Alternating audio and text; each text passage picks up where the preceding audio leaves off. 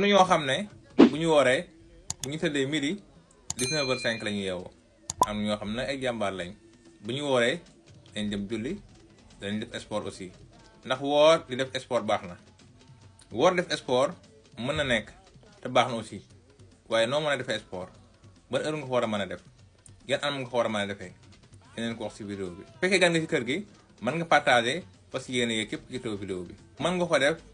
1 heure avant ngay def iftar maanaam balaa ngaa dog 1 heure balaa ngaa dog mën nga def sport mais du doon sport bu intense maanaam du dis lool. mën nga def sport 2 heures après ba nga dogee pare. nga xam ne dina fekk lekk yu bëri yoo lekkoon commencé na def digestion nga xam ne du la sonal. nga assuré ne boo ndogoo di nga mën a lekk yu mucc ayib maanaam des alimentations équilibrées di nga mën a am fruits di nga mën a am légumes di nga mën a am ndawal maanaam protéine boo xam ne ninul lool moom mooy les protéines maigres. di nga mën a am également les céréales complets maanaam da nga mën a lekk yu mucc ayib nga xam ne du la sonal mais également di nga mën a naan 2 litres diggante ba nga ndogoo ba ngay xëdd maanaam doo nekk da ngay rey rek tëdd da nga naan ndox ci guddi gi nga xam da nga réhydraté wu nga xam ne bëccëg doo am